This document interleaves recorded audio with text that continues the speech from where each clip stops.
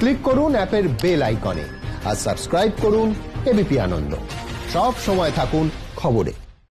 সৌমিত্র চট্টোপাধ্যায়ের কিডনির চতুর্থবার ডায়ালিসিস সংকটজনক হলেও আপাতত স্থিতিশীল।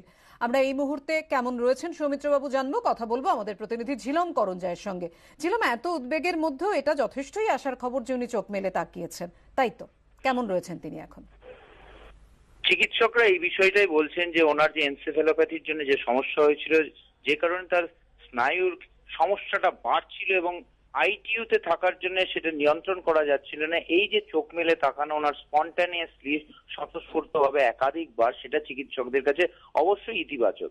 এছাড়া তারা যেটা বলছেন যে আজকে তার চতুর্থবার ডায়ালিসিস হয়েছে এবং সেটা করা হয়েছে মূলত তার কিডনির যে কাজকর্ম সেটাকে স্বাভাবিক করার জন্য, ইউরিয়া ক্রিয়েটিনিনের মাত্রাকে স্বাভাবিক করার জন্য, এবং ডায়ালিসিসের পর দেখা গেছে যে ফলাফলটা ইতিবাচক আছে। এছাড়া তাকে ব্লাড ট্রান্সফিউশন করা হয়েছিল এবং তার হিমোগ্লোবিন এবং প্লেটলেটের পরিমাণও ঠিক একদম সন্তোষজনক হয়েছে বলে চিকিৎসকরা জানিয়েছেন। তার নতুন করে অভ্যন্তরীণ কোনো রক্তক্ষরণ হয়নি এবং তার যে ভেন্টিলেটরি সাপোর্ট সেগুলো সব স্টেটাস কোতে আছে, অর্থাৎ আগেও যা ছিল তার থেকে অবনতি হয়নি।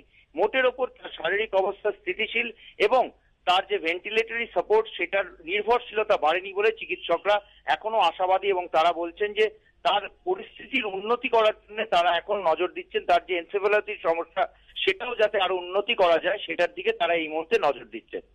ধন্যবাদ ঝিলম।